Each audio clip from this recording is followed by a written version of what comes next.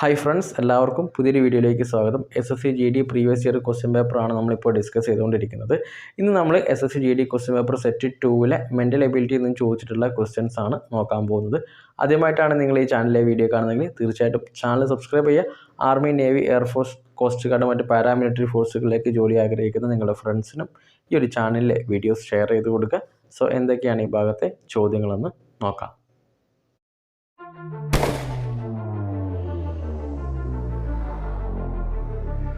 ഒന്നാമത്തെ ചോദ്യം, A solution of milk and water in the ratio 3:2. Another solution of milk and water contains milk and water in the ratio 2:1. 40 liters of the first solution is mixed with 30 liters of the second solution. The ratio of milk and water in the resultant solution is. ഇപ്പോൾ ഈ ഒരു ക്വസ്റ്റ്യനിൽ പറഞ്ഞിട്ടുള്ളത് രണ്ട് solution ഉണ്ട്, അതിൽ രണ്ടിലും ഉള്ളത് മിൽക്കും വാട്ടറുമാണ്. അപ്പോൾ ഒന്നാമത്തെ സൊല്യൂഷനിൽ പറഞ്ഞിട്ടുള്ളത് 3:2 ആണ് മിൽക്കിൻ്റെയും വാട്ടറിൻ്റെ അളവ്, അത് 40 ലിറ്ററാണ്. രണ്ടാമത്തെ സൊല്യൂഷനിലും മിൽക്കും വാട്ടറാണ്, അതിൻ്റെ റേഷ്യോ 2:1 ആണ്, അത് 30 ലിറ്ററാണുള്ളത്. അപ്പോൾ ഈ രണ്ട് സൊല്യൂഷനും കൂടെ കമ്പൈൻ ചെയ്തിട്ട് ഒരു പുതിയൊരു സൊല്യൂഷൻ ഉണ്ടായി. അപ്പോൾ അതിലുണ്ടായിട്ടുള്ള മിൽക്കിൻ്റെയും വാട്ടറിൻ്റെയും റേഷ്യോ എത്രയാണെന്നാണ് ഇവിടെ ചോദിച്ചിട്ടുള്ളത്. അപ്പോൾ തന്നിട്ടുള്ള കാര്യങ്ങൾ ജസ്റ്റ് ഒന്ന് നോക്കാം. ഇവിടെ ഫസ്റ്റത്തെ കേസിൽ ഒന്നാമത്തെ കേസാണ് പറയുന്നത് മിൽക്ക് ഈസ് ടു വാട്ടർ തന്നിട്ടുള്ളത് ഇവിടെ 3:2 ആണ്. ഇനി ഇതിൻ്റെ ടോട്ടൽ വോളിയം എന്ന് പറയുന്നത് 40 ലിറ്റർ ആണ്, ഇത് 40 ലിറ്റർ. ഇനി രണ്ടാമത്തെ സൊല്യൂഷനിൽ മിൽക്ക് ഈസ് ടു വാട്ടർ തന്നിട്ടുള്ള റേഷ്യോ 2:1 ആണ്. ദെൻ ഇനി ഇതിൻ്റെ വോളിയം എന്ന് പറയുന്നത് 30 ലിറ്റർ ആണ്. ഇനി ഇത് രണ്ടും കൂടെ ആഡ് ചെയ്യണം. അപ്പോൾ ആഡ് ചെയ്യുമ്പോൾ ഉണ്ടാകുന്ന സൊല്യൂഷനിൽ എത്ര മിൽക്ക് ഉണ്ടാവും, എത്ര ഭാഗം മിൽക്ക് ഉണ്ടാവും, എത്ര ഭാഗം വാട്ടർ ഉണ്ടാവും എന്നാണ് നമ്മളോട് ചോദിച്ചിട്ടുള്ളത്. സോ ആദ്യം ഇതിൽ ഈ ഫസ്റ്റ് സൊല്യൂഷനിൽ എത്ര മിൽക്ക് ഉണ്ട്, സെക്കൻഡ് സൊല്യൂഷനിൽ എത്ര മിൽക്ക് ഉണ്ട്, ഫസ്റ്റ് സൊല്യൂഷനിൽ എത്ര വാട്ടർ ഉണ്ട്, സെക്കൻഡ് സൊല്യൂഷനിൽ എത്ര വാട്ടർ ഉണ്ട് നമ്മളിവിടെ കാൽക്കുലേറ്റ് ചെയ്യണം. അപ്പോൾ ടോട്ടലായിട്ടത് 5 ഭാഗമാണുള്ളത്. അതിൽ 3 ഭാഗം മിൽക്കും 2 ഭാഗം വാട്ടറുമാണ്. സോ മിൽക്ക് ഒന്നാമത്തെ സൊല്യൂഷനിൽ 3/5 × 40 ചെയ്യാം, 8 3 24. അപ്പം ഒന്നാമത്തെ സൊല്യൂഷനിൽ 24 ലിറ്റർ മിൽക്കും അതിലെ വാട്ടർ 40 24 മിൽക്കാണെങ്കിൽ വാട്ടർ ഉണ്ടാവുക 16 ലിറ്റർ ആയിരിക്കും. ഇനി രണ്ടാമത്തെ കേസിൽ 3:1 ആണ്. അപ്പം മിൽക്ക് ഇതിൽ 20ഉം വാട്ടർ 10 ലിറ്റർ ആയിരിക്കും. ദെൻ ഇനി രണ്ട് സൊല്യൂഷനിലും കൂടിയിട്ടുള്ള മിൽക്കിൻ്റെ അളവും വാട്ടറിൻ്റെ അളവും നമ്മൾ നോക്കണം. അപ്പോൾ ഇവിടെ മിൽക്ക് ടോട്ടലായിട്ട് വരുന്നത് ഒന്നാമത്തെ സൊല്യൂഷനിൽ 24 ലിറ്റർ ഉണ്ട്, രണ്ടാമത്തേൽ 20 ലിറ്റർ ഉണ്ട്. സോ ടോട്ടൽ മിൽക്കിൻ്റെ ക്വാണ്ടിറ്റി എന്ന് പറയുന്നത് 44 ലിറ്റർ ആണ്. ഇനി വാട്ടറിൻ്റെ ക്വാണ്ടിറ്റി ഇവിടെ 10 ഉണ്ട്, ഇവിടെ 16 ഉണ്ട്, 10 + 16 26 ലിറ്റർ ആണ്. ഇനി ഇതിൻ്റെ റേഷ്യോ മിൽക്ക് ഈസ് ടു വാട്ടറിൻ്റെ റേഷ്യോ ആണ് ചോദിച്ചിട്ടുള്ളത്. അപ്പോൾ ഇവിടെ 44:26. അപ്പോൾ ഇതിനൊന്നും കൂടെ ചെറുതാക്കുക എന്നുണ്ടെങ്കിൽ 2 കൊണ്ട് കട്ട് ചെയ്യുമ്പോൾ 22:13 വരും. ഇനി ഇത് ചെറുതാക്കാൻ പറ്റത്തില്ല. സോ 22:13 ആണ് ഇതിൻ്റെ റേഷ്യോ, മിൽക്ക് ഈസ് ടു വാട്ടറിൻ്റെ റേഷ്യോ.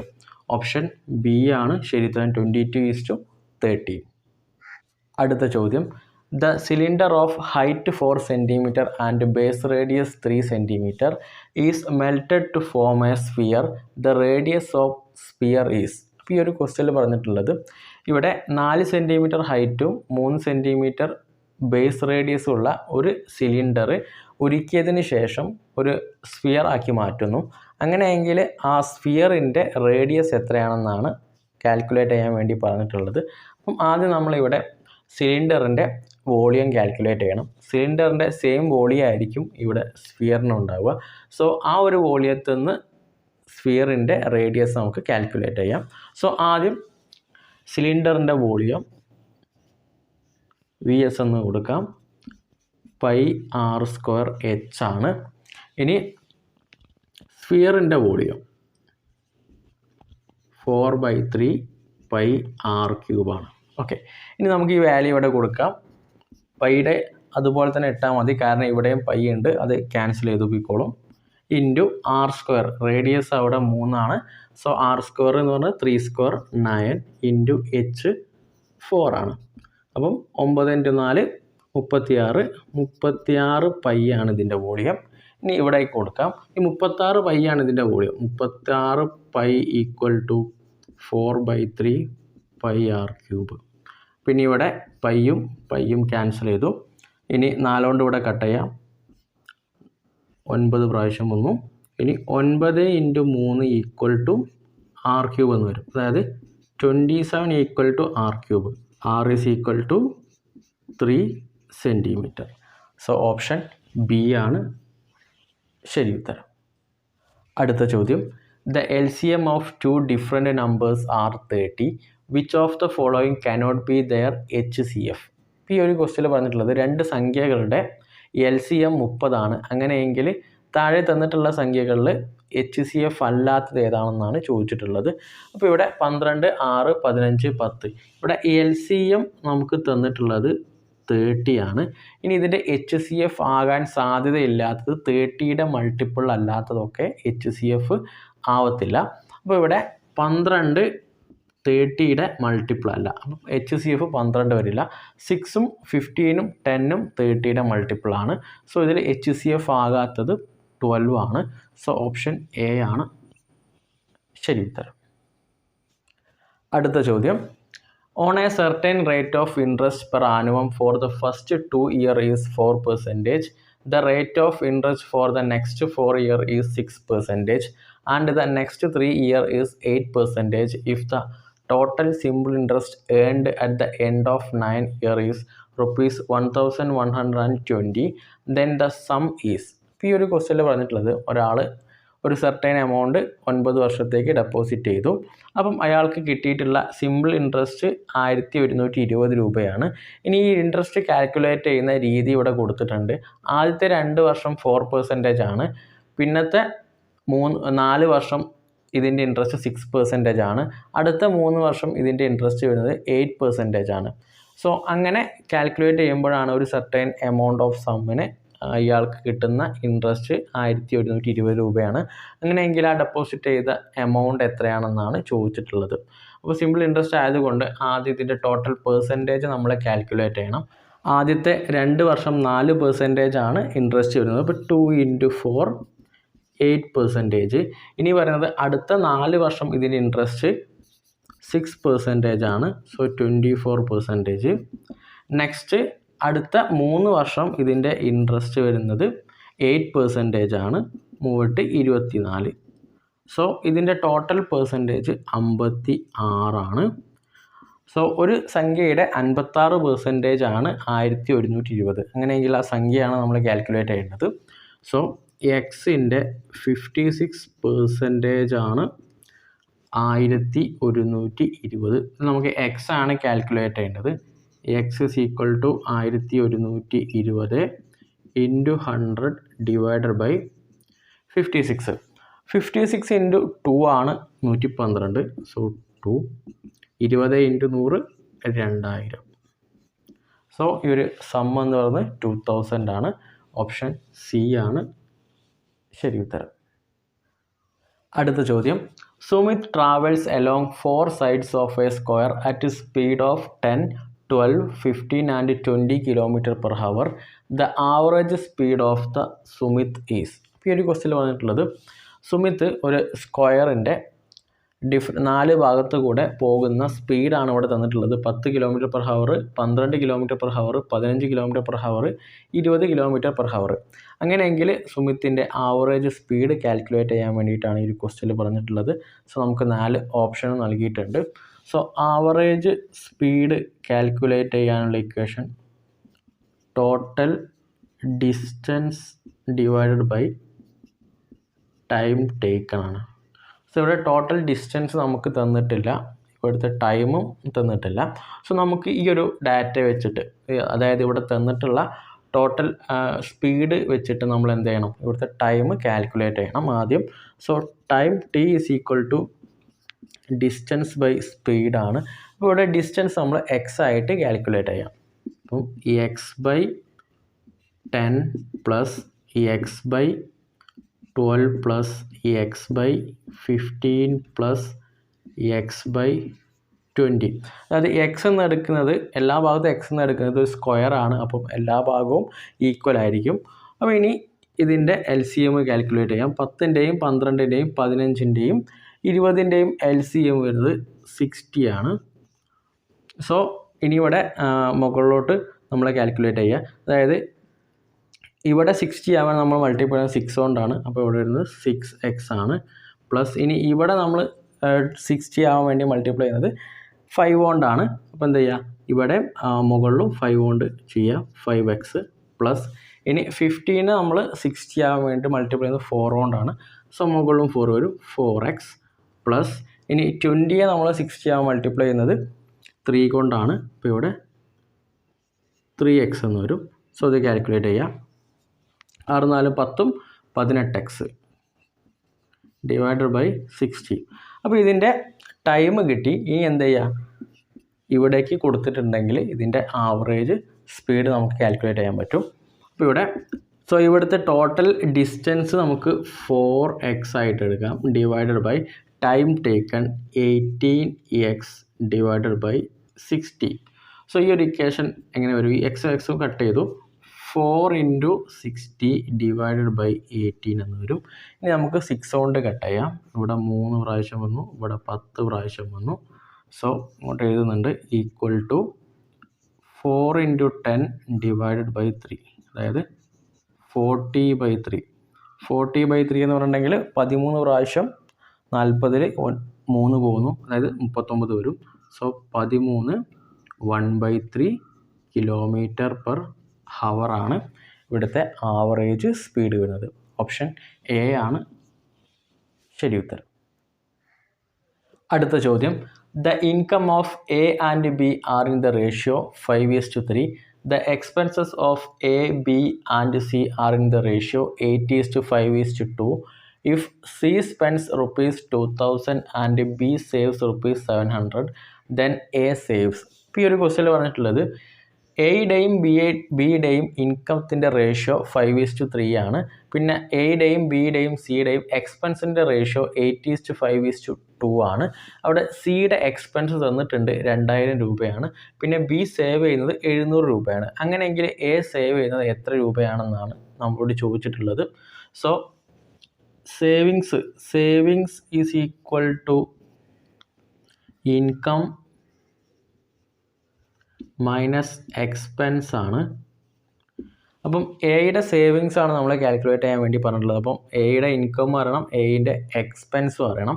അപ്പോൾ നമുക്കിവിടെ തന്നിട്ടുള്ള ഡാറ്റ അനുസരിച്ച് നമുക്കിവിടെ കാൽക്കുലേറ്റ് ചെയ്യണം. ആദ്യം ഇവിടെ തന്നിട്ടുള്ളത് സിയുടെ എക്സ്പെൻസ് ഇവിടെ തന്നിട്ടുണ്ട് 2000 രൂപ. അങ്ങനെ സിയുടെ എക്സ്പെൻസ് തന്നിട്ടുണ്ടെങ്കിൽ നമുക്ക് ഇതിന്ന് എയുടെയും ബിയുടെയും എക്സ്പെൻസ് ഇവിടെ കാണാം. സോ നമുക്കിവിടെ ബിയുടെ സേവിങ്സ് തന്നിട്ടുണ്ട്. സോ ബിയുടെ എക്സ്പെൻസും ബിയുടെ സേവിങ്സും തന്നിട്ടുണ്ടെങ്കിൽ ബിയുടെ ഇൻകം കാണാം. അപ്പോൾ ബിയുടെ ഇൻകം കിട്ടിയിട്ടുണ്ടെങ്കിൽ നമുക്ക് എയുടെ സേവിങ്സും കാൽക്കുലേറ്റ് ചെയ്യാം. അപ്പോൾ ഇവിടെ തന്നിട്ടുള്ള കാര്യങ്ങൾ ജസ്റ്റ് ഒന്ന് എഴുതി വയ്ക്കുക. ഇവിടെ ഇൻകം തന്നിട്ടുണ്ട്, എ ആൻഡ് ബിയുടെ ഇൻകം തന്നിട്ടുള്ള റേഷ്യോ 5:3 ആണ്. ഇനി എക്സ്പെൻസ് തന്നിട്ടുണ്ട്, A:B:C എക്സ്പെൻസ് 8:5:2. അപ്പോൾ സിയുടെ എക്സ്പെൻസ് ആണ് 2. അപ്പോൾ സിയുടെ എക്സ്പെൻസ് അവിടെ തന്നിട്ട് 2000 രൂപ. അപ്പോൾ ഇവിടെ സി 2000 രൂപയാണ്. അങ്ങനെയെങ്കിൽ എയും ബിയും എത്ര ആയിരിക്കും, എ 8000 ആയിരിക്കും, ബി 5000 ആയിരിക്കും. അപ്പം എയുടെയും ബിയുടെയും എക്സ്പെൻസ് കിട്ടി. എ 8000 രൂപ എക്സ്പെൻസ് ചെയ്യുന്നു, ബി 5000 രൂപയാണ്. ഇനി നമുക്കിവിടെ തന്നിട്ടുള്ളത് ബി സേവ് ചെയ്യുന്ന എമൗണ്ട് തന്നിട്ടുണ്ട്. അപ്പം ബി സേവ് ചെയ്യുന്ന എമൗണ്ട് ബിയുടെ സേവിങ് എമൗണ്ട് നമുക്കിവിടെ കിട്ടിയിട്ടുണ്ട്, ബിയുടെ എക്സ്പെൻസും കിട്ടിയിട്ടുണ്ട്. അങ്ങനെയെങ്കിൽ നമുക്ക് ബിയുടെ ഇൻകം കിട്ടും. അതായത് ഇവിടെ income is equal to savings plus expense ആണ്. അപ്പം ബിയുടെ income of B 5000 plus save ചെയ്യുന്നത് 700 രൂപയാണ്. അപ്പോൾ ബിയുടെ ഇൻകം എന്ന് പറയുന്നത് 5700 രൂപയാണ്. സോ നമുക്ക് ഇവിടെ ബിയുടെ ഇൻകം കിട്ടി 5700 രൂപ. അപ്പോൾ ഇവിടെ A:B, അതായത് ഇൻകം A:B എന്നത് 5:3 ആണ്. അപ്പോൾ ഇതിൽ 3 ഭാഗം എന്ന് പറയുന്നത് 5700 രൂപയാണ്.